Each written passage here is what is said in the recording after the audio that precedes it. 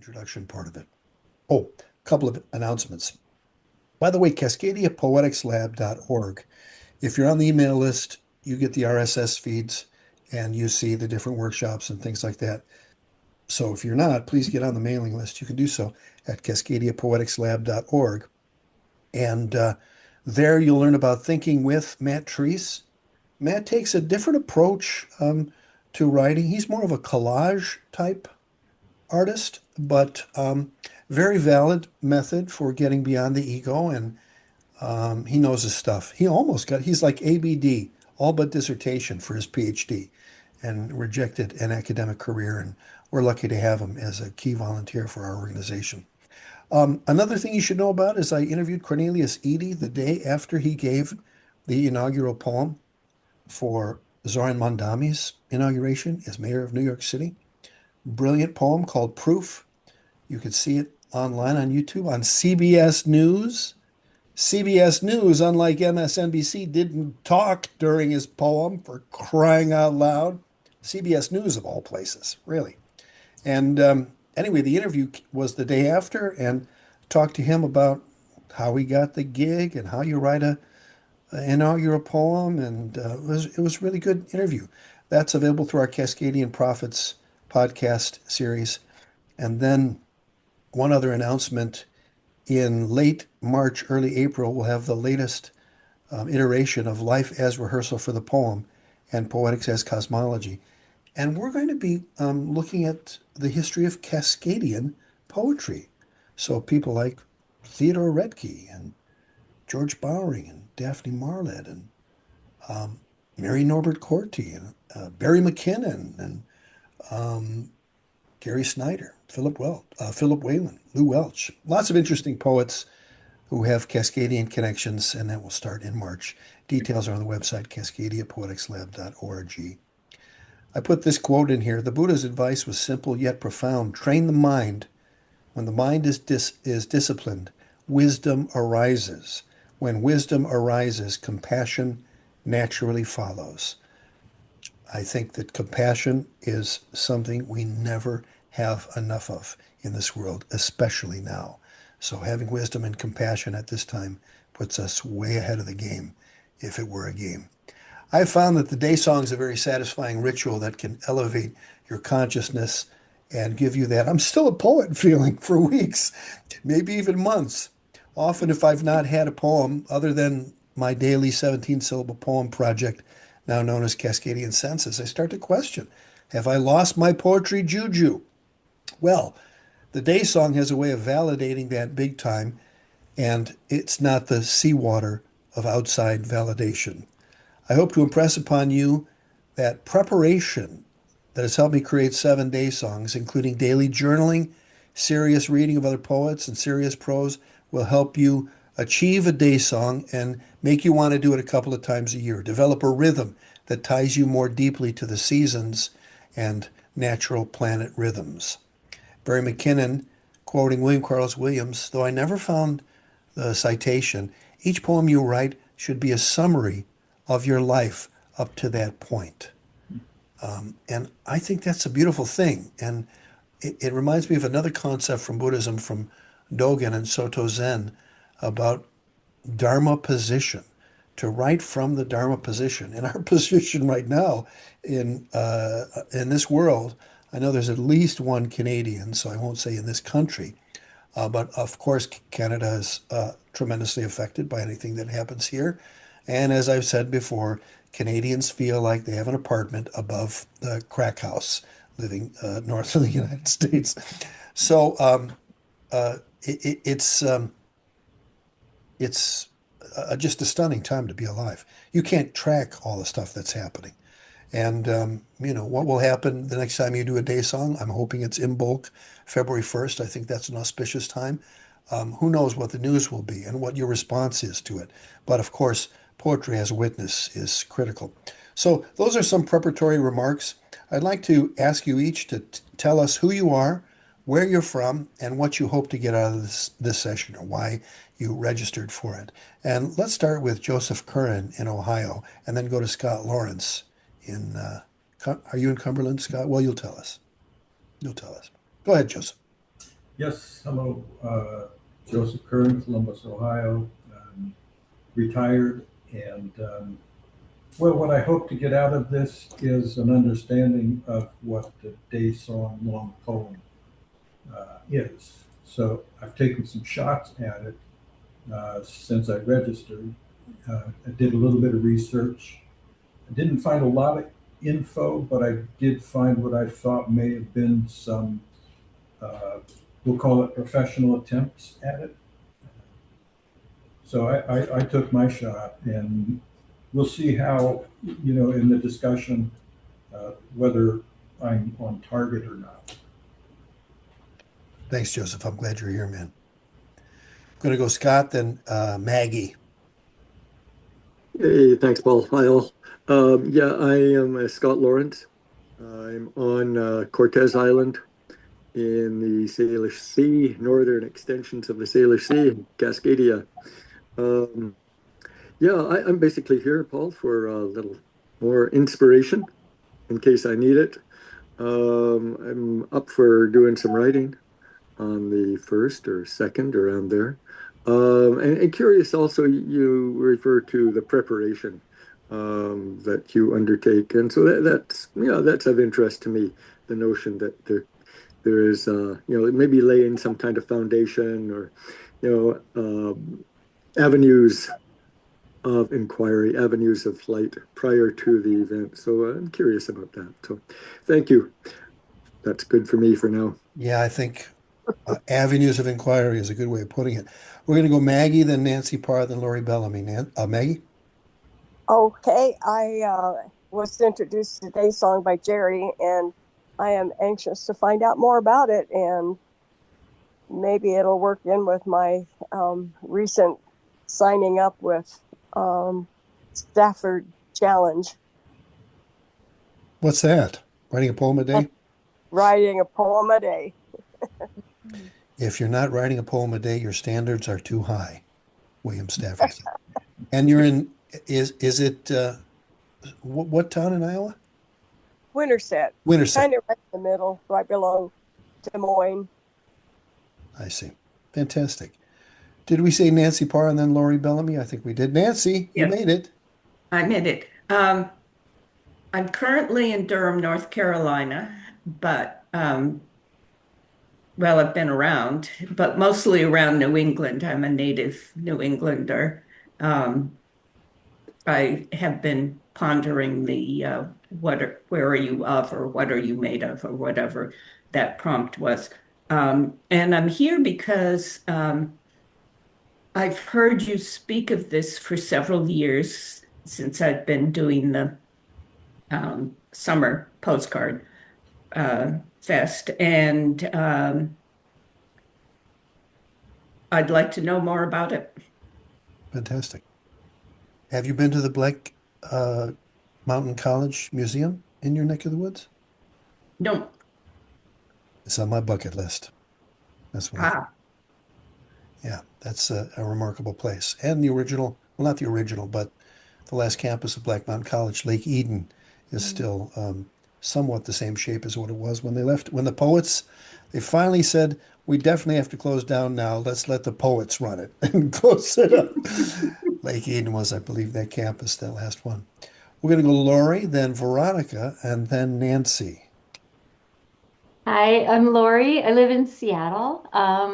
I found out about this yesterday, and um, I had a weird little break in my work schedule. It just was magically slotted right in there, and I don't know what I'm in for, but I'm super excited. Neither do I. Uh, coincidence is God's way of remaining anonymous. So whatever happens in the flow of things, you gotta pay attention to. My wife quotes her former roommate. What was her roommate's name, Bucky? She's not here. Go where it's warm. Go where it's warm, right? Welcome, Lori. Hope you're enjoying the sunshine. 10 days without rain in January? Crazy. We're going to go Veronica, Nancy, Mary Ellen. Veronica. Well, I want you to do your introduction, but I just want to say what a joy it is to have this woman helping us do our thing such a relief, such a blessing that she's come on and taken it on and written so well and just made us look good in so many ways. It's such a joy to have her as part of this organization. She's such great help. I'm so glad you're here, Veronica. Thanks, Paul. Yeah, I'm Veronica. I'm the administrative assistant. I'm here to help, but I am also here because I've written about the day song for our website many times, but I've never actually written a day song. So it'll give me some inspiration to actually do it myself. Yay. Nancy, Mary Ellen, Jerry, Connie, and Roxy in that order. Nancy, hello. Hello. I live in Seattle. I have attended, I think, three of the Cascadia Poetry Festivals and loved them. I am a prose writer, but I decided this workshop would be a good way to get involved with what happens with your classes as part of Cascadia Poetry Festival, Poetics Lab, whatever. Fantastic. There's a lot of prose in Midwinter Day, prose poetry, lists, that kind of thing. So, what is the line between poetry and prose? Certainly, line breaks, lineation has something to do with it. But other than that, when I'd rather read very poetic prose than crappy poetry. Mm. So it could be an advantage for you. We'll find out. Okay, things switched around a little bit. I think I think I had Mary Yeah, Ellen and Jerry and Connie and Roxy in that order. Another Seattle, three Seattleites in a row. right. Hi, I'm Mary Ellen Talley from Seattle, and I'm here because I took a class with Sierra Nelson. Well, it wasn't a class, it was participation, and we were reading Daysong in one day, and either she mentioned or I read that you were doing this class, so I thought, well, that dovetailed, and I hadn't heard of Daysongs um, before that collaboration. So I'm excited to thought this was a nice coincidence. Fantastic. Thanks for being here. I Mhm. heard good things about that. I was out of town, and maybe she'll do it again next year and read all of Midwinter Day and celebrate that by Bernadette Mayer, written on winter solstice 1978. I was out of high school for just over 3 months at that time. Jerry, Connie, and Roxy. Jerry, welcome. Unmute Uh, and tell us what's happening. Thank you, Paul. I'm Jerry Narland. You can probably figure that out. I'm in Iowa, Winterset, where John Wayne was born. He left at 3 and never looked back. Um, I stumbled on this day song thing and realized I'd never heard of it. I didn't know anything about it, and I probably should fix that. I looked through your references. It was very good. Thank you. It's sort of what I've been doing. I didn't know it. Go through notebooks. I have one in my hand wherever I'm at. I get up in the morning and try to type 2 pages just to start the day of something. I'm not always good at it, but I try. So anyhow, this sounded like fun, and here I are. Uh, Morning pages are key, really, to making this happen. Because, it's if I go out on the golf course today, um, there's going to be hell for people around me. But if I go to the driving range 3 days a week and play golf 3 days a week, Sam said, it's funny, the more I practice, the luckier I get on the golf course. And, it's the same with anything. The more you do it, the better it's going to come out. The thing about morning pages is it doesn't matter if they suck or not, because you're not writing them for anybody but yourself. You're writing them just to keep that connection alive between you and the page or you and the screen. So that would be my number one suggestion for folks.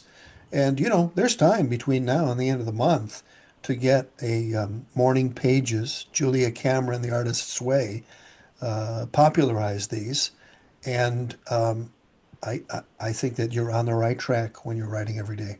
So more power to you. It works for me because my mind isn't fogged up with the daily garbage yet, so I can remember yesterday, and I still have hopes for today that I can put down. And you look at the next day and think, well, that all fell through, but I tried. That's I gave that advice, write morning pages, to a very, very, very, very, very well-known poet who had just gotten stuck. And I said, you gotta do them, try the morning pages, 1,000 words. And they did it, and they have thanked me at least 3 times for making that suggestion. So, well, big thank you for testifying. We got Connie and Roxy, and then we can get rocking. Hello, thank you, Paul. I'm Connie Taylor at Anchorage, Alaska, and I guess I'm just here to learn. Far out. Thank you. You're welcome. Welcome here. Roxy Power. Hey, Paul. Well, we've been talking about this for a long time. I've read your some of your day songs, interviewed you about them. I feel like I'm here to learn as well. But also just to say that I accidentally wrote a day song on January 1st. I hadn't planned it, but it just started pouring out. And so that's what I have to offer is find something that might just need to burst out of you. Like had this little formal dam inside of me that I'd been constructing with a lot of research around the Wind River on the Wind River Reservation where I grew up in Wyoming, and about what I would call a year song, maybe years a song. I teach a lot of long form poems at UCSC where I teach, but for myself, this research on domestic violence and my sister didn't bring me back. Sorry, trigger warning, should have said that. Sometimes it pushed me away, but when I decided to fold in, I was reading a lot of Bernadette Mayer, who's a very hilarious person, no matter what she's writing about. I thought, that's what I want to do. I want to bring in the humor of my sister and myself. And, so I said, I'm going to write about something happy about, like when we went snowmobiling in Wyoming, however politically incorrect it is. It just started flowing and things started bursting out. So intertwining historical and personal and research on rivers and David Bowie and Bill Evans in 1968, things just started coming together. And I'm just interested in this question of form, I think, more than anything. It's coming out in tercets for me, but it's narrative. And I have never been a big narrative writer, but oh, how fun. And I am curious, like, does it make sense to have these little broken lines, these 3 broken lines over and over and over and over, or does that sort of break up the flow? Those are some of my questions. Well, you get into a flow with that, right? I mean, Yeah. if you look at William Carlos Williams, during my Yeah. interview with Ed Sanders. Asphodel, that greeny flower. Yes. Anyone know Ed Sanders? Does that name ring a bell? Tried to levitate the Pentagon, right? Still alive, still kicking. We were talking about investigative poetry, and he was talking about lineation, and he said, you can do this, you can do that, you can do the indented triadic stanzas of William Carlos Williams, and you look at it on the page, those, 1, 2, 3. It kind of has a waltz kind of feeling, maybe not as plodding as a waltz, but that definitive kind of feel to it. So yes, the page as a field for reading. Joanne Kiger's talked about it. Charles Olson wrote about that in Projective Verse, using the typewriter as a score for how the poem is to be replicated in speech. So, and in terms of form, there's a woman who lived the last 8 years of her life down this street here, Denise Levertov, and she said, form is never more than a revelation of content. So to sit down and want to learn something and have it come out you in the form of a poem, George Bowering has something very, very interesting to say about that. Let me pull that up. He is a Canadian poet, was the first parliamentary poet laureate of Canada. And in the local paper, the Vancouver Sun, asked him about happiness. And he said something very interesting about this kind of stance toward poem making. He said, let me just share the screen here. Vancouver Sun. He looks much younger than, when was this? This is 2012, so going on 14 years ago. He said, When a poem has you in its grip, stop. Don't you hate those pop-ups? When a poem has you in its grip, you have to shut up all your usual yapping and listen as hard as you can. If it continues to work and nothing interrupts it, you will get to be the first reader of the poem. It will be a happy event. And I think this is such an interesting thing he's saying here. Very subtle, really beautiful. You will get to be the first reader. Now, the conventional writer will say, no, no, no, no. I'm the author. The first reader is someone else. But what George is trying to say is when you write in this way and you can get beyond ego, you're tapping into something larger than yourself. You could call it the muse, you could call it duende, you could call it uh, uh, impersonal self. It doesn't matter what you call it. You know, it could be just the fact that you're tapping into the English language, which is something that Robin Blazer told me. The English language was here way before us, is going to outlast all of us, I predict, and is a field of energy that you can tap into, especially if you can tap into the resonances of other poets who've inspired you. And I do believe in a lineage. I believe that's a valid thing, and I believe that we should honor that. Maybe before you do your day song, you go out and honor three poets by starting an Imbolc fire and reading their work and petitioning their presence for you. You know, we're talking about the energetic, and I think these things work. So I love that borrowing quote, and I use it all the time. In fact, let me just drop that in the chat. I should probably put it on my poetics page so people can see that at any time. But let me just put it in there. And if you need anything else in the chat, just let me know. I'm happy to do it. And by the way, let me just also point out and share screen that if you haven't gone to this page, Daysong, there we go. Let me just pull that up by sharing screen here. You haven't gone to this page, well worth your time. A resource page for my Daysong practice. The one-day writing ritual was designed for workshop participants in the ongoing life as rehearsal for the poem and poetics as cosmology workshops. And this was first conducted around Labor Day, I think 2022, I think. After a summer of writing poetry postcards and the spatial restriction of that practice, I encourage workshop participants to write with a temporal restriction, 24 hours, as employed by Bernadette Mayer in Midwinter Day and Pierre Joris in Canto Diurno. And there are different handouts and links to Daysong stuff, and we can go over that.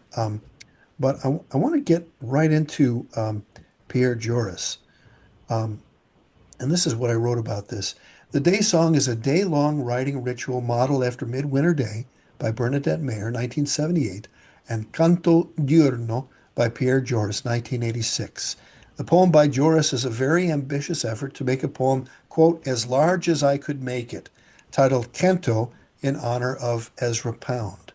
And so what I'd like to do is go to the interview that I did with him. And I think I left that open. Did I leave that open? Let me just check one. I thought I had that. No, so it'll take me just a second to bring that up. YouTube and Canto Diurno, Joris. And here we go. So, whoops. Share screen, share sound, optimize for sharing. So I'm going to play a little bit of this interview I did with him and make sure that the sound is popping so you all can hear it. Give me a thumbs up, Joseph, if you hear it. Leave me here with your name only, with your smudged If you can turn it up a little bit. Okay. I think I don't see it. Yes, I can. Come on. Well, it appears that's as far as it's going to go. So let's see what happens. Already a 24-hour dead. Monaco. It does seem rather low volume. but I look at this and it seems to be up as high as possible. So We can just turn up our own volume. Yeah. does that sound good? Yeah. Okay, here we go. Vilma, your face pressed against the street, listening to someone I cannot hear. That's a prose section, and then you go into the poetry, and it's really sort of setting the tone after that at 11 a.m. So, but there's much to discuss. One of the questions I had is, what is it like to talk about a poem that's 36 years old? Well, it's interesting to rediscover it, because it's true that I have not read it in a long time. And just reading that piece, which, yes, is annotated as a prose piece, I was, however, kind of, after a few lines into a rhythm there that said, oh, yes, I like this. There is a kind of beat going on that I can pick up on, and I can get back to some of the rhythmic energy that obviously, that incident, that discovery in the newspaper that morning gave me. So it was pleasurable. It worked for me. And my question, of course, to somebody else, to you or somebody reading it now would be, what does that whole thing still evoke to you at this point? I can think of all my left-wing allegiances, all the discussions for years as to should there be a revolutionary fight that would go as far as the Brigada Rosa, as the Red Brigades, and so on and so on. So it would be interesting to discuss that with somebody from the current generation, does this make any sense? And I don't want to have it sort of as making sense there. The sense is to be discovered by whoever, whenever, wherever they read it. Well, who was it that said poetry is news that stays news? Hello. And speaking of that, tell us about how it was the death of Ezra Pound. That was the first spark of inspiration that became the poem, although he died, 12 years or so, or maybe 14 years. Yeah. I have a poem from the year of his death in another London address, and that it's funny because the desk just came to me and where I wrote it, and the morning I wrote it. And it was, I speak to that fact that Pound has just left us, and that this may block writing for a while, in some strange way. I said, well, I don't know if I can go on writing. Pound was, of course, very, essential for anybody from my generation in terms of trying to think through what a poem could be beyond our classic lyrical little one-pager, that fits on a quarter page in the New Yorker, if you want to go that way. I don't, or that fits into one of our 75-page creative writing press books, and already back then, from relatively early on, I was interested. I wanted to find ways of breaking down those forms in order to find some kind of open form into which all kind of materials could come. And one way that I thought of doing it, and that kind of, I think, goes to the idea of the canto diurno directly, was rather than have a traditional formal structure, meaning a line structure like the sonnet, so that many lines, or that even that many pages if you want a longer thing, but that has that kind of coherence, was to switch from that, if you want, spatial thing to a temporal thing. Why not use a fixed time inside of which to write whatever comes in? And the day seemed the right thing for me. One, because I'm somebody who I'm a morning person, so my tendency is to get up at 5, have breakfast, and sit at my desk at 5:30, and then maybe work 6 hours or 5 minutes. I don't know, whatever happens. And so the idea of the day, of a 24-hour structure that was open in that sense, into which all kind of things could come, became an interesting way of trying to structure some kind of, some writings. And I wanted it to be a canto diurno, because not only do I get up early, but my sense was that, the lyrical poem is so often hung up on the night, on what, what happens. And I wanted the light of day to be part of that daily work. The poem also simply as what you do during your daytime, not in, a lost moment late in the evening before you fall asleep or whatever.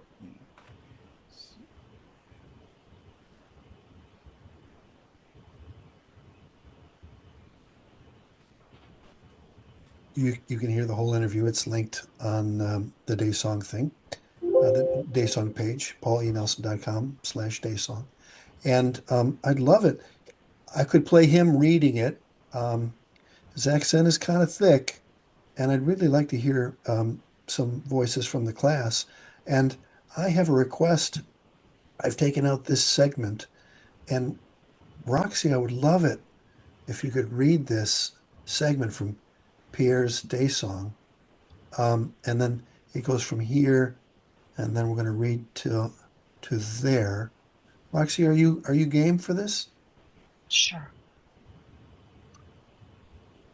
From Canto Dierno, here's Pierre Joris. 9 a.m. The newspaper dead. The paper picked up, taken home, like going to church on Sunday long ago, as regular, as much of a rite. The double ritual of reading, of writing, take notes, see how it can enter that world, your world, too. In Taibo, no altar, but what rolled off the presses, heavily inked iconography of random death. If to pray is to give thought intensely, then that is what I am doing right now. Inalienable format, too large to be cut out and glued into notebook. This dead will have to stay where it is on the front page, tomorrow's dustbin liner. This is a Reuter dead from Rome, young woman in heavy winter coat, bull cap with studded rim, pulled down to half-inch above eyebrows, face pressed three-quarters towards me to the asphalt, ear to the ground as if listening for a distant tremor, an approaching train, a far-off revolution, or simply for what the earth has to tell her. Whatever it is, she can no longer hear it.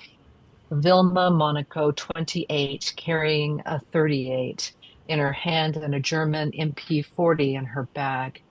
15 spent cartridges littering the ground, the pointless numbers. Do what you want, they all spell death, Vilma, surrounded by numbers, caught in a web like a medieval hex, killed in Rome, trying to kill a Roman politico who played with the bigger numbers. She, a member of the Fighting Communist Union, a splinter group with the Red Brigades, offshoot born to die out of the second split of the BR in Paris, 1984. Collar frayed where a bullet went through, I think. I would like to put my finger there. To shake you, death of Europe, by the shoulders. Get up. It was all a dream of winter. The minor, corrupt, Christian Democrat Politico, not worth it. Wrong strategy. Though, who am I to say despair is ever wrong? Cold-blooded, she is wrong, because she is dead. One of us is dead. One more skull to be strung on a chain we all carry around our necks, but that too romantic, as gooey as her own harsh choice. Vilma Monaco, a name Hollywood might have picked. This is hello and goodbye, Vilma Monaco. Vilma Monaco, you leave me here with only an intraibo, with no credo, which is all you had. You leave me here with your name only, with your smudged inky death mask already, a 24-hour dead Monaco. Vilma, your face pressed against the street, listening to someone I cannot hear.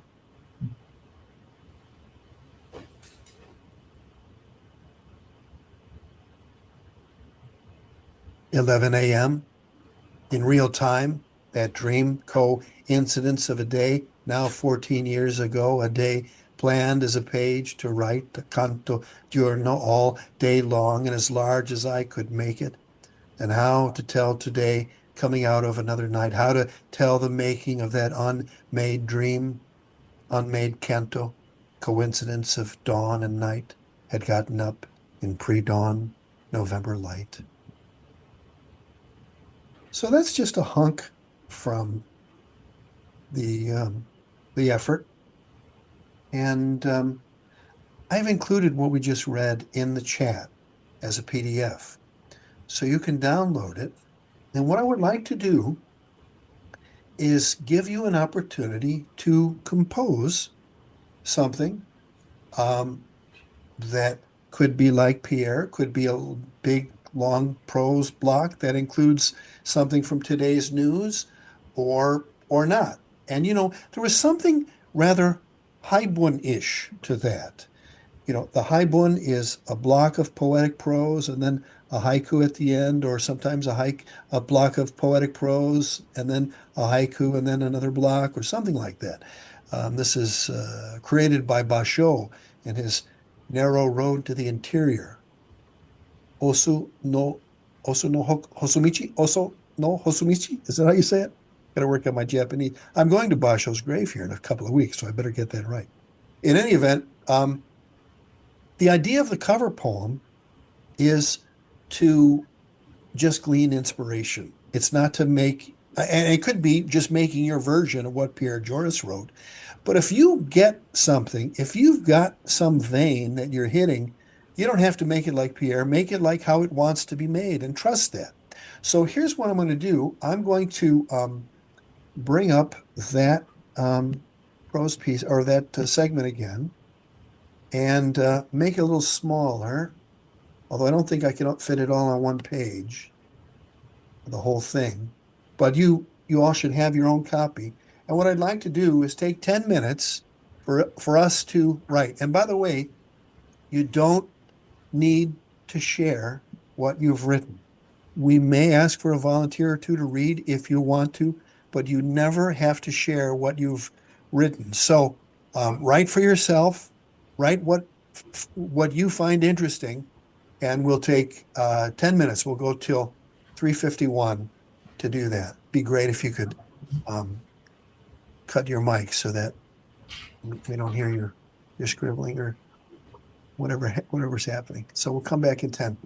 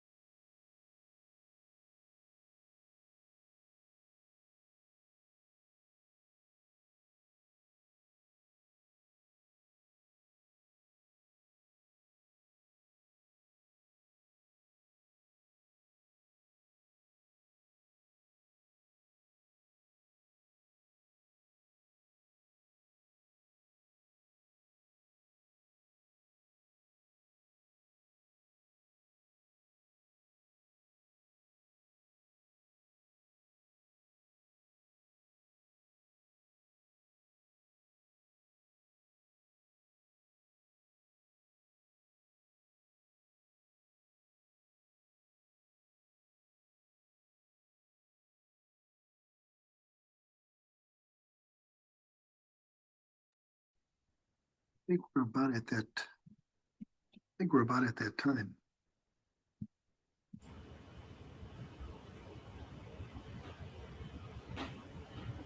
In the middle of something, let her continue.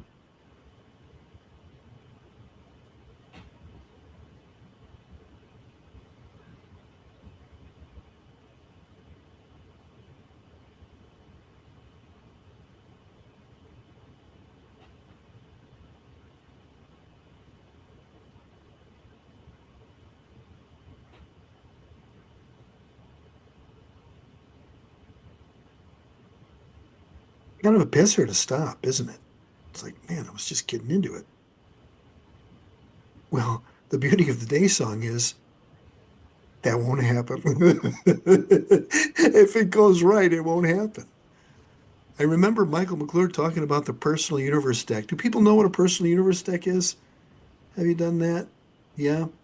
No, you haven't. I'm seeing some shaking heads, so I'll pull that up. Where did my browser? Here it is.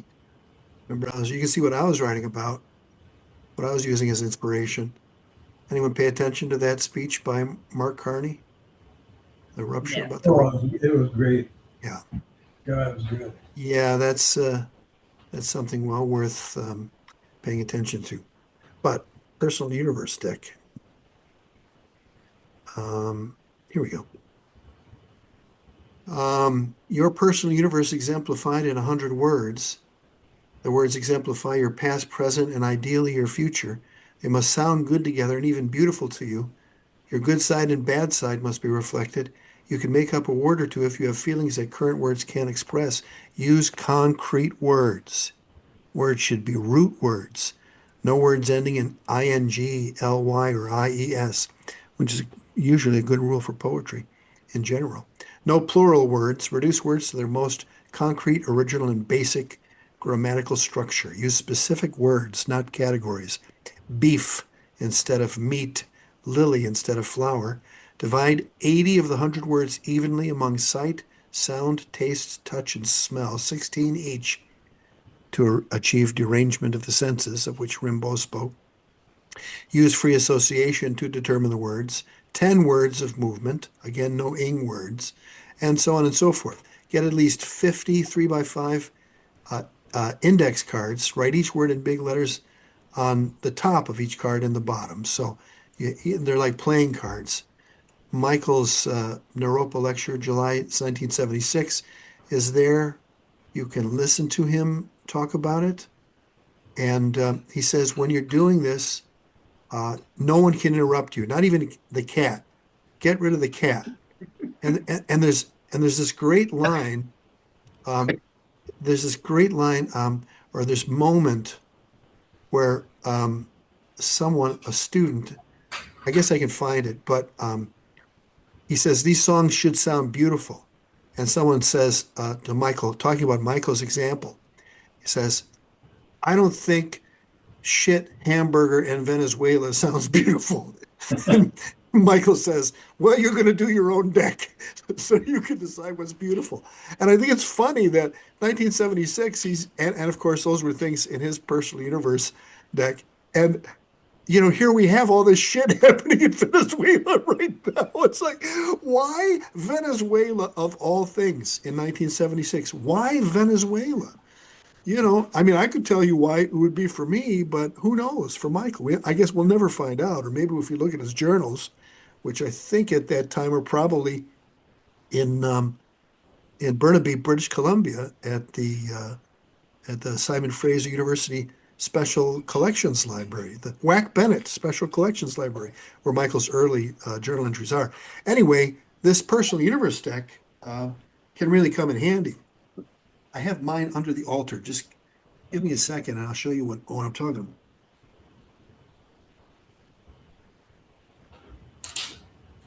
I have a very special Tenzing Momo bag.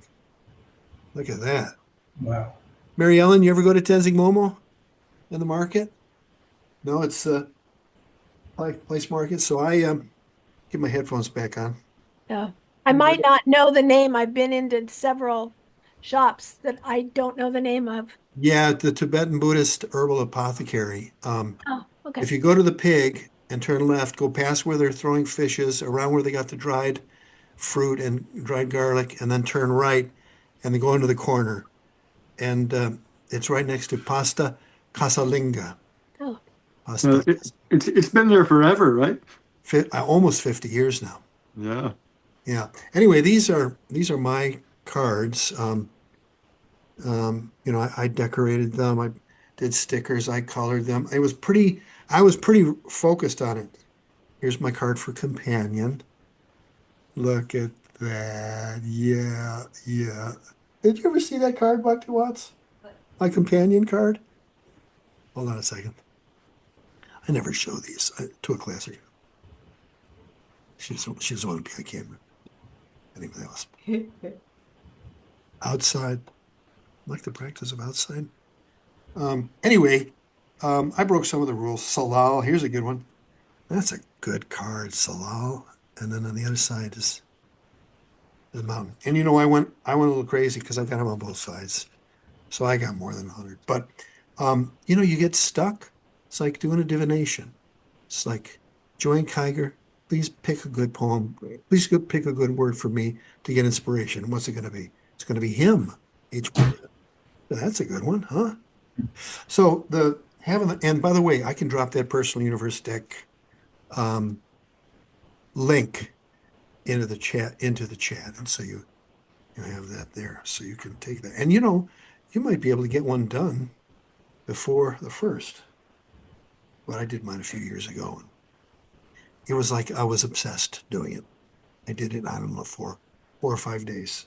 I had all the words, so a lot of the obsession went to coloring them, which I think is part of what the postcards do for you is gets you out of your language mind and gives you a chance to be creative outside of your language mind. So it's a good thing. Anyway, is anyone willing to share some of what they wrote and give a sense of how it went for you? Or had you ever done a cover? Joseph, have you ever done a cover of someone's poem? No, I have not. So it's a technique you'd use with anything. I did some covers, well, in both, well, and at least two of my day songs, and shorter poems, and like a series of them. It's kind of fun. Anyway, what would you like to share? Would you like to share a screen, or you just want to read? Sure. Yeah, no, I'd love to get your feedback, all of you. So I blasted out pretty quick, and then I had to rewrite it because I can't read it. If I don't follow my scribble here real quick, I lose it. So I call this Vilma's question. What did, she asked us, in her dustbin of time? Is it lined with her spirit? Is Vilma still there, her face pressed hard into the pavement, aware and wondering, what just happened? How long? How long will her spirit be there? Till the end of time? She never knew, do we? Isn't it something that this woman would be forgotten or in, some weird corners of the internet or whatever, and here her spirit is alive in this Zoom room, and we're talking about her. It's fascinating, isn't it? Great, it's great. Yeah, and yeah, and very interesting. So getting inspiration directly from the piece and writing about a similar subject is one way to tackle it, and you never know how that's going to stick with you or not throughout a whole day, right? If you were to start writing like that, starting with a cover. Nice work, man. Anyone have any comments for Joseph? Was something you liked about it?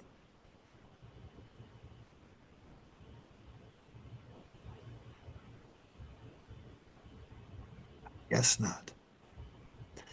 Anyone else would like to share some of what they wrote? Go ahead, Nancy Parr, unmute yourself and I did not write in response to that. This is something that I've been carrying in my head since the 19th, but never wrote down. So this was my opportunity to write it down, and it was just out. 19 January 2026. After all these decades, I remember. Today is David Bissette's birthday. And I asked the internet, of course, don't we all? Thinking to perhaps send a quick birthday happy greeting, long time no see, hope you're well. And then the shock, just the obituary, 19 January 1945 to 4th February 2012. No details except the nursing facility where it ended. It seemed you'd been there for a while. So sorry to have missed the chance to wish you well. Too late for that now. The wish still holds. Is that an experience people in this room have had before? Think about someone, look them up, and find out they're dead? Yeah. Someone, I got back on Facebook. I was off for about a year, and then I got back on, and they gave me a Facebook friend suggestion. And I'm like, I haven't seen that guy in a long time. Let me just click on it. And I had a feeling about it. So I looked him up, and sure enough, dead. So, friend requests from the grave. You know, these things are part of living at this time. So you've hit on something of your own personal mythology, Nancy, that strikes true with us, you know. McClure said something like the weight of the universal is by means of the most intensely personal. Isn't that fascinating? The weight of the universal is by means of the most intensely personal. Did they say the name of the nursing home in that story? They did, but I didn't write it down, and I don't remember it. Yeah, well, here's something, here's something you can do is look up and put the specific. The specific, the luminous details are always preferred to, Right. to whatever. And what's interesting is that if you look at that particular luminous detail, you might find that its name has some kind of resonance or inspiration or something like that. Mhm. Just the name itself. And that might throw you onto a whole vein of 20, 30 minutes of writing. Who knows? Yeah. Also, there were things that I carried in my head that I could have included in here that I didn't, because we only had 10 minutes. Yeah, I know. I didn't want to come back. I wanted to keep writing what I was writing. Yeah, But that whets your appetite for doing it in a whole day. And yeah. the other thing, I mean, you could take this. See, the way you related this was you've been carrying this around, and the way I say it is you're putting a lot of psychic energy into a particular subject, and I think that's part of the key to success for writing a successful day song. Is like, I've been thinking for months that I'm doing it on Imbolc. Imbolc is my day, I think, because it's a nice balance from the end of the Postcard Fest. It's not quite equidistant 6 months, but it's close to it. There's not a lot happening at this time of year, and so you can do that. And I give my wife advance warning, and I'm going to drop her off at the Amtrak the day before, and she'll go spend time with her sister, which is beautiful. She gets to hang out with her in Portland. But projecting psychic energy towards this goal, I think, is a key part of making it go. And there you already have something, a thread that you've started that you could follow up on, do a little research before the thing, and have material. Bernadette Mayer didn't pull 119 pages out of her ear on that particular occasion. She threw a lot of lists in. And in fact, we've been doing this midwinter day reading group through the Milwaukee Woodland Pattern books every other Wednesday, and we're reading a section of it each week, and people are, trading off. Readers who are attending are trading off and reading it, so you hear it in different voices.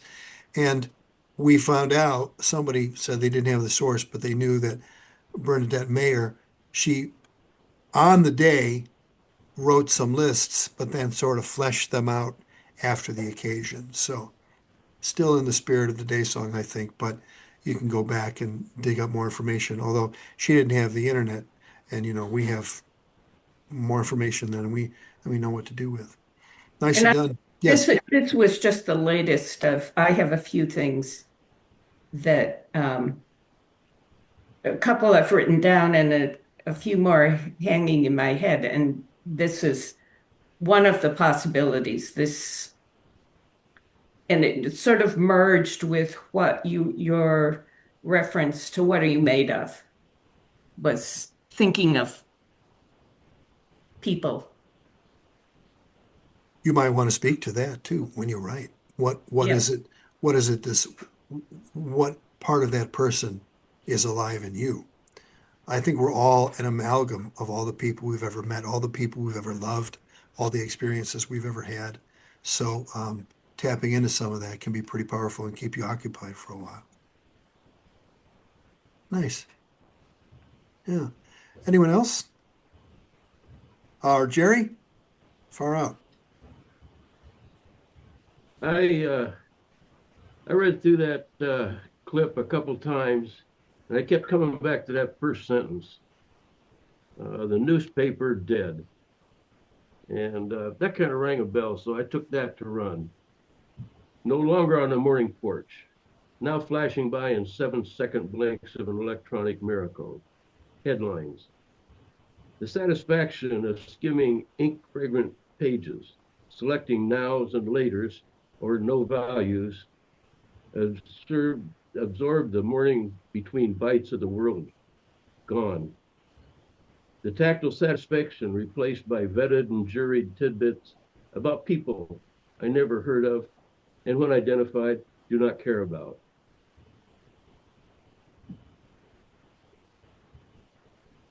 Was there more? No, that's as far as I got when you called time. I'm sorry. You were into it. That's a great a thread that you took from that. Yeah, there'll be more. Yeah. I wanted to be Mike Royko there for a while, growing up in Chicago. You ever read Royko? He was a columnist. I thought it would be one of the coolest things to do is come up with a column 3 times a week, 4 times a week, talk about what's going on. Never quite happened. But yeah, the newspaper, toast. I brought one up for Beulah Early. She's not been well. She's in her 90s. She lives in apartment 404 upstairs, and they deliver the Seattle Times, and it is the thinnest thing you've ever seen. These newspapers now, it's like nothing. I mean, you need to have some heft to be able to throw them onto someone's porch, which I used to do. I was a newspaper boy for a while, and in Chicago in the cold, it's not an easy thing. My dad helping me roll the papers too when I got them. Some of my beautiful memories of my dad rolling up newspapers for me to deliver them. So yeah, that's a beautiful thing that you know captures what we're going through right now. The 7-second miracle. Do you want to read that line again about the what we gave up the newspaper for? How did you say it? Now flashing by in 7-second blinks on an electronic miracle. Yeah. Headlines. Yeah. Classic. Absolutely classic. Nice work, man. Thank you. Okay, one last call for anyone else to read. Otherwise, we'll go on to the more material. Roxy just unmuted herself. No, come on. Come on. Okay. So I did kind of what he did, which is a long block, and then tried to do something like a Haibunish, which I call an alluvial. I didn't read the news today. Oh boy, Jack Smith had something to say. I'll listen later to hold the space as we snowflakes say for those who will never listen, minds made up in advance like a pre-blown sidewalk. Winter storm blowing in tomorrow, a wide swath of country, a stripe of green, yellow, red for inches, 2 to 18 that will blanket us in snowflakes who will, like ice crystals, stick to the sticky ground of Minneapolis, be hard. Some of the ground is red, the ground of being from here on. For Rebecca, Renee Good's wife taught us to absorb and self-blame as women easier since lashing unallowed the Mahayana path. Life of the Bodhisattva is yes, to live for others, to breathe in their pain, breathe out light, but different from robbing a whole culture of what have you, of learning how to take responsibility like a snow shovel after the storm and clear the path of our wrong, doing and undoing before the harrow, and then alluvial. This what have you swath, pre-blown by minds made, blowing in a tomorrow, sticking to the ground of future, hard, red for Rebecca, oh boy, all blanket the space of country, a stripe of being, their pain, different from, never listen, wrongdoing as we advance backward 2 to 8 inches, 18 inches, sticking to a Minneapolis mind. All right. Talk to us about alluvials. You've used that term twice. What I used once or twice? What words I did? Alluvials. It's a form that I'm sort of secretly keeping to myself right now. Well, it's a form that I want to, before I just like share this form with the entire world. Usually I just give everything away, but I'm going to keep working on it because it's part of what I'm working with my day song. But you can look it up in Clark Coolidge's book called Now It's Jazz, and he talks about the Jack Kerouacian concept of an alluvial, which is a place where rocks and other sediment and debris of a river will gather.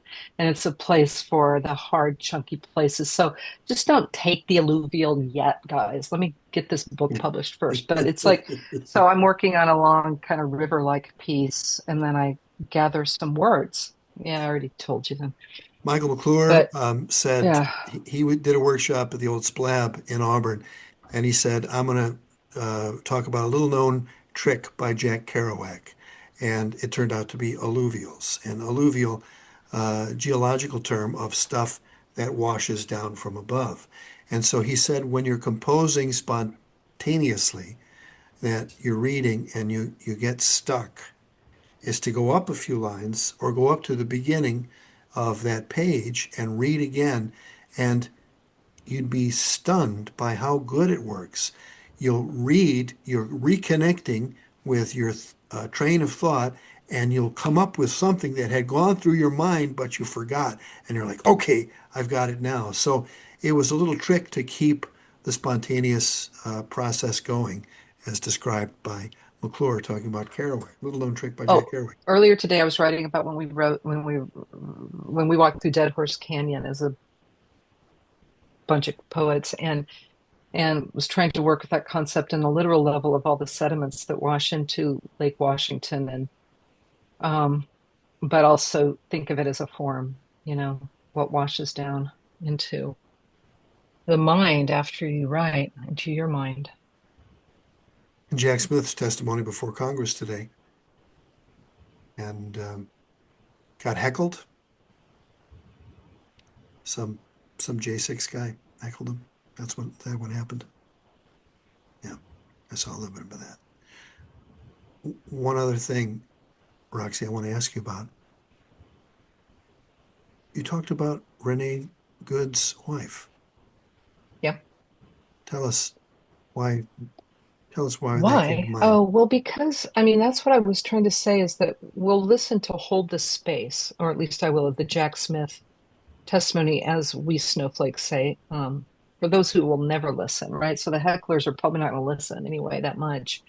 And so I think we have to keep holding the space because we're being overwhelmed by, one catastrophe after the next, just to try to divert attention from the obviousness of Trump's, horrific treatment of young women, right? And now the extension of that, of course, is to kill a butch lesbian who dared to speak back to men. And I feel like if you don't hold the space and keep saying her name, then the person who absorbs it, like I say in this, is Rebecca, because we've been taught to absorb and self-blame, because to speak out is to be an angry woman and to lash out. So I'm kind of flowing this into a long space where you can't just catch me and go, oh, there you did that thing that you're not allowed to do. Because if you're just collaging it in and you keep going, it's sort of like what you're kind of throwing, those fastballs of news like Trump's doing to us right now. And you can't catch me. No, you can't. That's how I'm feeling right now, is holding space for her. But how do you do that without kind of doing it in a way that's too sentimental or angry in a way that will turn off people who are so filled with self-loathing and regrets about, just their whole culture way of being that they can't take on another call out. Sorry, I went off, but that's No, how I feel. it's all fantastic. And to be able to write about current events in such a way that's not didactic or ham-handed or rhetorical or preachy, I mean, is key. And I think that the day song is a great form to be able to address these things without, Trump bad, whoever good, that kind of thing, these kind of binaries. Also, very interesting thing when you were talking about, you didn't use the word hypervigilance, but that's certainly something that anyone with the slightest bit of empathy is going through right now, having this burden of, seeing all these things, the great unraveling happening right now and in so many different ways, whether it be the environment or politics or any number of things. And it occurred to me that if a poet takes a day, a 24-hour period to say, I'm going to be creative and I'm going to write as much as I can on one particular day, this is like creating oasis from the hypervigilance. So you're doing something with that energy, and that itself can be seen as a self-care or thing. Just that simple act, that simple decision to say, I'm not going to doom scroll all day or do whatever you might do and do something creative. So nice work, Lexi Power. I'm glad you're here. You registered about 4 times for the course, so I want to talk to you about that. Well, it kept telling me I didn't. That's interesting. How Yeah, annoying. God, I guess I really wanted to let you know I went in. you got it. You The got it. Wings song, Open the Door, Let Me In. Okay, sorry. Open the door and let me in. All right, so I want to read a little more from some of my prepared notes. We've talked a little bit about Pierre Joris, but Bernadette Mayer, I mean, she went on a long time. Um, Oasis in the Desert of Hypervigilance. There you go. Absolutely right. Bernadette Mayer wrote Midwinter Day as a spontaneous book-length experiment to document a single ordinary day in her life. December 22, 1978, the winter solstice in Lenox, Massachusetts. The project was a continuation of her avant-garde poetic practice of using temporal constraints and meticulous recording to explore consciousness and everyday experience. Key motivations for writing the poem include to capture the everythingness of a lived day.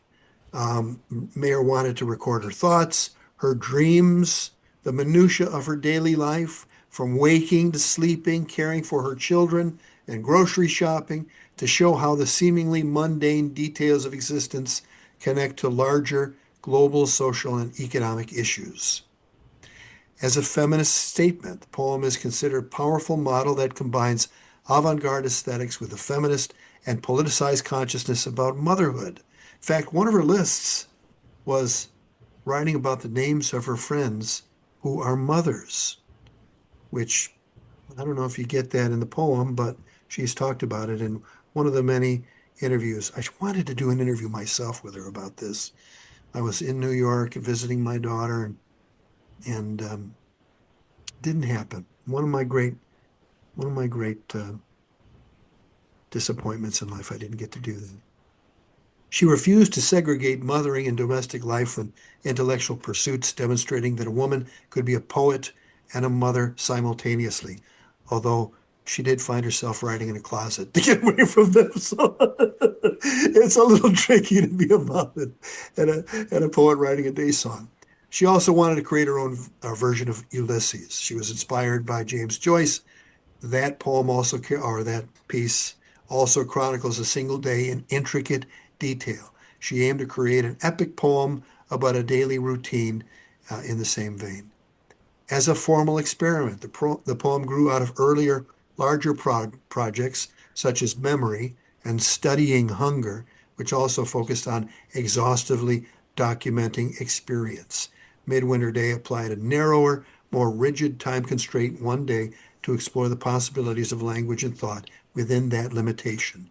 And to merge the personal and political, she weaves together intimate family moments and references to world crises, such as the 1970 oil crisis and the Iranian Revolution, highlighting the connections between her local existence and broader global circumstances. And hockey scores.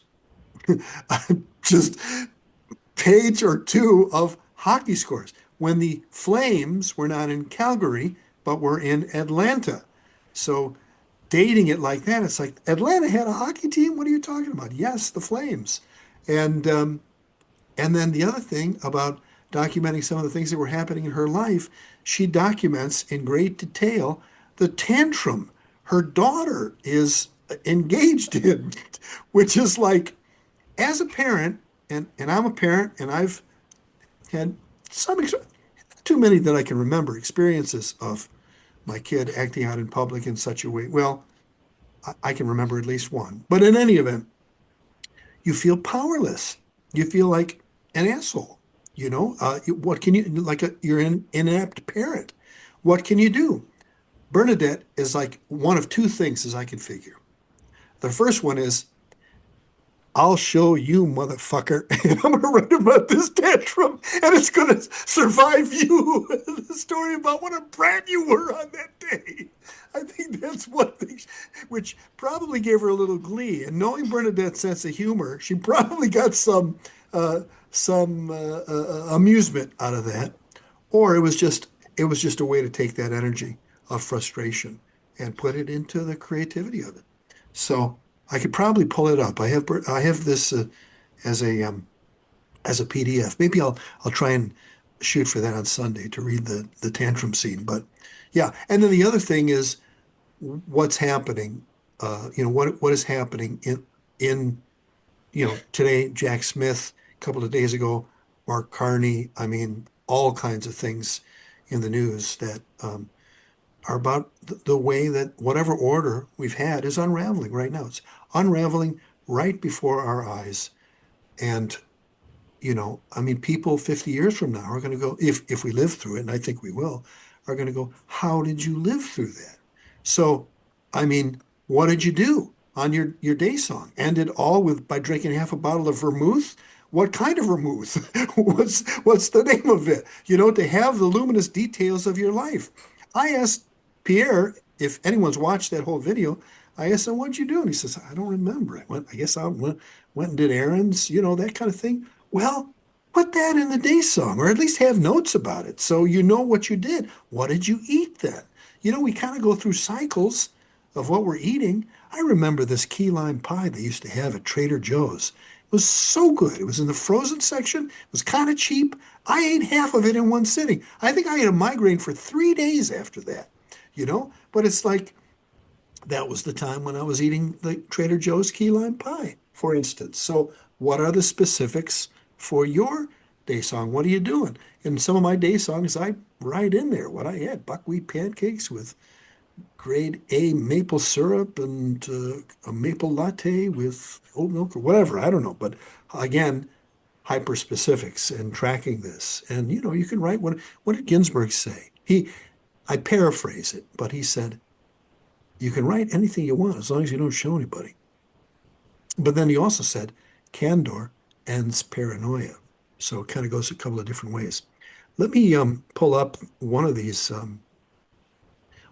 links here, and let me also put it in the chat so that you have access to it. So let me just drop that in the chat right now. Here we go. So let me just share screen, and this is from, speaking of Ginsberg, from the Allen Ginsberg Project. Pretty good blog, December 21. So they were writing on the anniversary. What is that? 43 years later, something like that? No. 22, 43, yeah. There's Bernadette with a cigarette, looking good. Look at those braids. Pretty cool, huh? Boulder, 1985. Photo by Allen Ginsberg. Here in the Northern Hemisphere, Wednesday, December 21st, it's the winter solstice, midwinter day. We celebrate today with a spotlight on Bernadette Mayer's remarkable book, length poem, Midwinter Day, written on December 22, 1978, at 100 Main Street in Lenox, Massachusetts. Wouldn't you just like to see a plaque at that address? Midwinter Day was written here by Bernadette Mayer on December 22, 1978. It is, as Alice Notley has noted, an epic poem about a daily routine.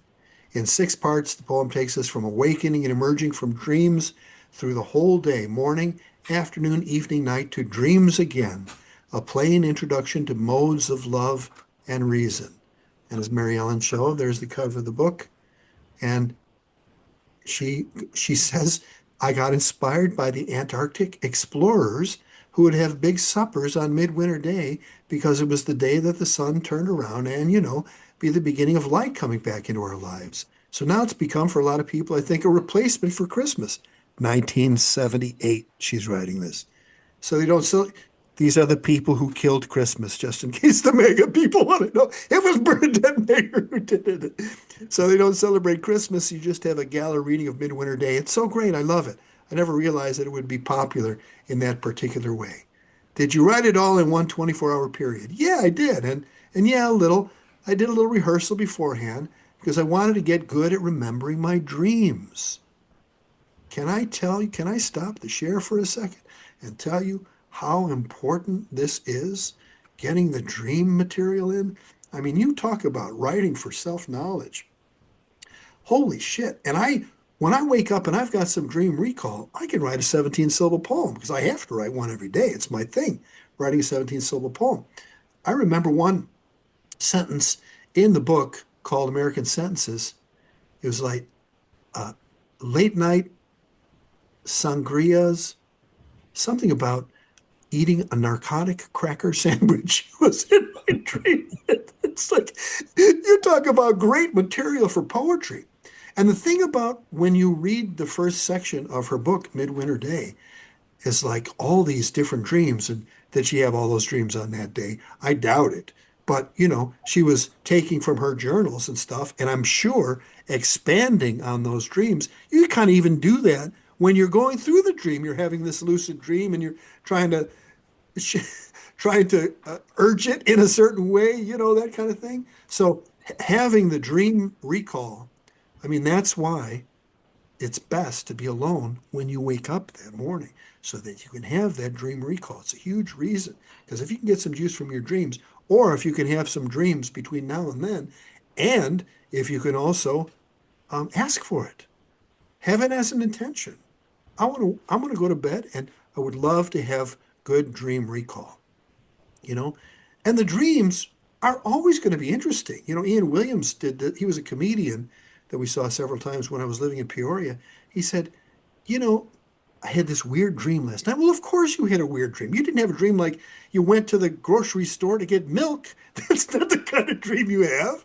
You went to the grocery store to get milk and it turned out to be, anthrax or something like that, whatever. So, and, the self-knowledge, that possibilities in dream recall are amazing. Let me go back to what Bernadette was saying. I spent 2 weeks remembering dreams and I got really good at it. And by the way, 2 weeks was all she invested in that. So there's hope for all of us.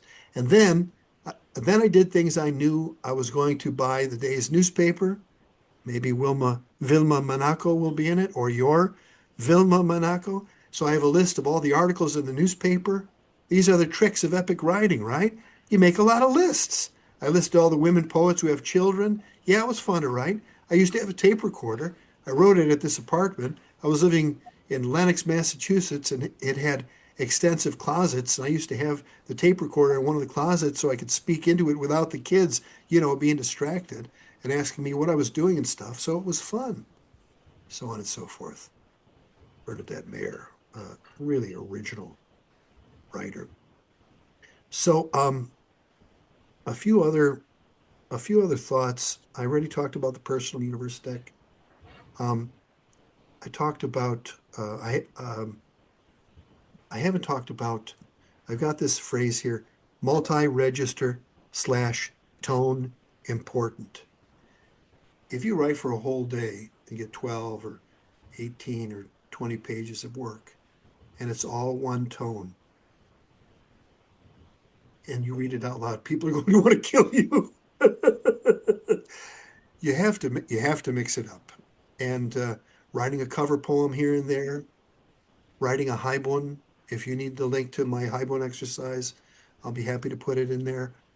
Mixing it up, putting in hunks of prose, right? Like what exactly happened with Jack Smith? You know, to take the paragraph from the newspaper, always have your citations there so you don't have to look for them later. Put the link in at the bottom of your document or something like that. But because finding it later is going to be a huge pain in the ass. A lot of times I'll share stuff on Twitter because I want to go back to it, or Facebook. I want to have that, like the Mark Carney thing and the commentary about Mark Carney, that Zeteo. Does anyone know Zeteo news service? Mehdi Hassan, fantastic news service. He's a Muslim guy from India originally, grew up in the UK, now lives in the United States, and he is ferocious. Um, his service sent a great commentary about Mark Carney's speech, saying it's going to be one people are going to remember in a couple of hundred years. So taking the whole thing, just, and you know, with the internet, cut and paste, keyboard shortcuts, controls, or on a Mac, Command C, Command V to paste, boom, you've got it in there. Grab the URL, put that at the bottom of your document, or have another document with works cited, and you're in business. Workshops, Highbone. Thanks, Veronica. That was quick. Yeah, the Highbone exercise. You know, let me just pull that up real quick so we can talk a little bit about that. Because Andrew Shelley said he thought my day song was very much like a Highbone. Thanks, darling. Here it is, and she's got it in the chat already. The Haibun is a literary form dating back to 17th century Japan. Basho is one of the earliest recorded practitioners, writing Haibun as travel accounts, the most famous example of which are from his book Oku no Hosomichi, or Narrow Road to the Interior, as Sam Hamill translated it. More than a tourist account, the spiritual dimension of this particular journey is critical. Generally, Haibun includes one or more paragraphs of prose, followed by a haiku, though there are no hard and fast rules about the order. In English, as Andrew Schelling points out below, the best practitioners avoid making the poetry an attempt at haiku unless they have gained a level of mastery. The poem ought to be short and the prose poetic. And he goes into it here. Here's his Here's one of Andrew's Haibun. Haibun, the migration of Haibun. Haibun is the Japanese literary form that mixes terse prose with compressed verse. Bun stands for prose. Hai is for haiku. I cannot explain why the embedded verse does not simply ornament the narrative, nor, dear Kyle, can I answer why peaks in Colorado swarm with bugs. Bugs? Flies, anyhow. Curiously striped ochre and black, this one hangs in a blur of wings above a lichen patch. One unforeseen route Haibun took is Bear Peak via Fern Canyon. Relentless. This happened 50 years ago after haiku went into Japanese internment camps in Utah. Below, on federal land, sits the National Center for Atmospheric Research, a post-mod edifice that bristles with satellite dishes. Haibun arrived there the day the Dalai Lama visited. You could squint through stormy air to the lichen-sized patch of lawn with its white tent. Thunder cracked through Fern Canyon pinnacles that day. A falcon in the ether. What did the Dalai Lama say? You must strive to live up to the name of the great Pandit Naropa. 17 syllables. Do the planet's precise messages all come encrypted in 17 syllables? If Donald Rumsfeld had time, he told the Times, he'd sit down and figure out what he meant by the phrase, since it was vital for the war with Iraq. Sort of like salmon fishing techniques, Haibun arrived along the Pacific Rim, then drifted inland. Rogue translators and barrels of oil got to the Front Range about the same time. Today, ranks of cumulus clouds hang stationary over Indian peaks. The prose is not there to explain the verse. The Secretary of Defense is not there to explain the prose. For the great motif of integrating many tongues into one true language is at work. So, a little bit of Andrew Schelling there. Roxy says, can you tell us about what you do during the day, how you break up the day, keep going, get support from others, ritualize it. Your work feels ritualized with time markers, like it just unfolds. But I wonder, is it more like a marathon, which you've trained for? There's a little bit of a marathon too. On the let me go to back to the day song because this has some of that information and it also has something I wanted to relate.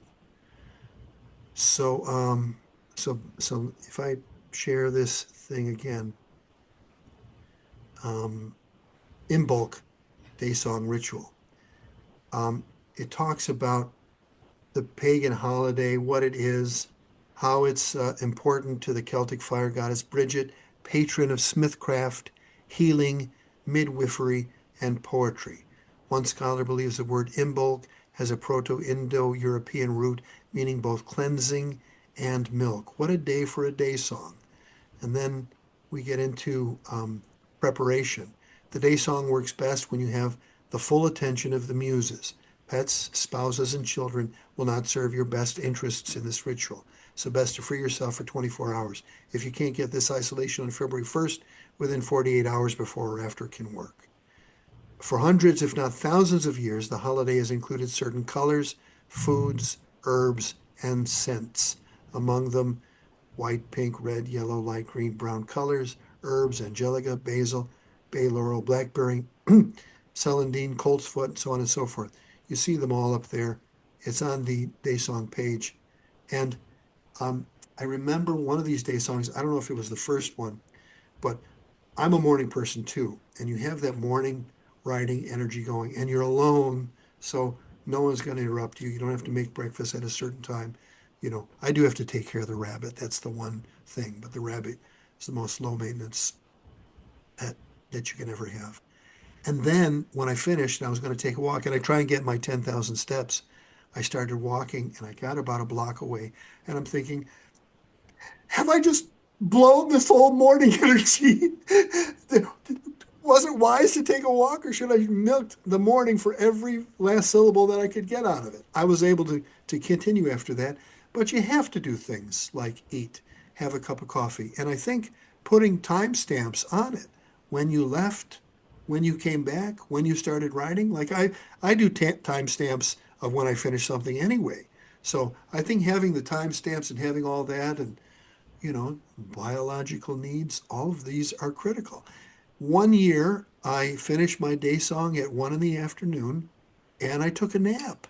And it was a fine poem. It wasn't like, don't force it. If you are trying to think, I've got 5 more hours, I got to write till 6 o'clock, you don't have to do that. I think it's a physiological sensation of when the poem is over, whether it be a short thing or whether it be a long thing. How can you tell? It feels finished, feels complete. And nothing says you can't look at it the next day and fix things or add something. The trick is not to be Bernadette Mayer and get a 119-page poem that people are going to read 50 years after your death, 100 years after your death. The trick is to do something for yourself and test yourself and see if you can keep something going like this. And where do we find that amazing Haibun piece you just read? That is the link, Haibun_exercise, which Veronica linked in the chat. So you can click on that and have that yourself. I wrote a whole book of Haibun called Haibun de la Serna. Ramon Gomez de la Serna was a proto-surrealist, contemporary of Salvador Dali, and wrote these gregarias, which is translated in English as aphorisms. One of them is, nothing forgets us as quickly as a bar stool, for instance. So I wrote a whole book of Haibun, and each of them have an epigraph by Ramon Gomez de la Serna. So there's sort of a grafting kind of thing that comes from that. A grafting technique is a technique that I'm going to share on Sunday when I do this workshop again, using Bernadette's work as a cover poem and perhaps maybe a grafting exercise. At least I'll share the exercise if we have time to write it. I don't know. We'll see what the occasion calls for. But those are good questions, Roxy. Thank you for those prompts. Did I answer them well enough? Yeah. If you can have easy to make food. Right now, one of my kicks is these overnight oats that you get at the Puget Consumers Co-op. Has anyone ever eaten those? Lori, do you go to PCC? Do you see? And they're on sale now. Do you see these? Have you ever tried those overnight oats? They put oats and chia seeds and coconut milk and pinch of salt, some maple syrup, sometimes with fruit. Sometimes they're more expensive when they put the fruit in there. This stuff is crack.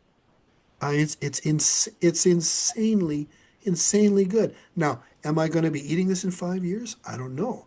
What music am I listening to now? Ralph Towner just died.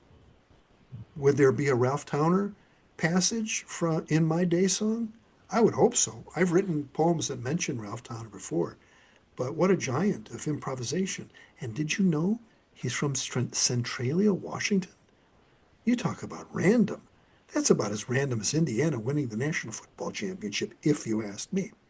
So, writing the specifics of what you're eating, having food that's easy to make or warm up, having a spouse provide that for you might be a nice thing.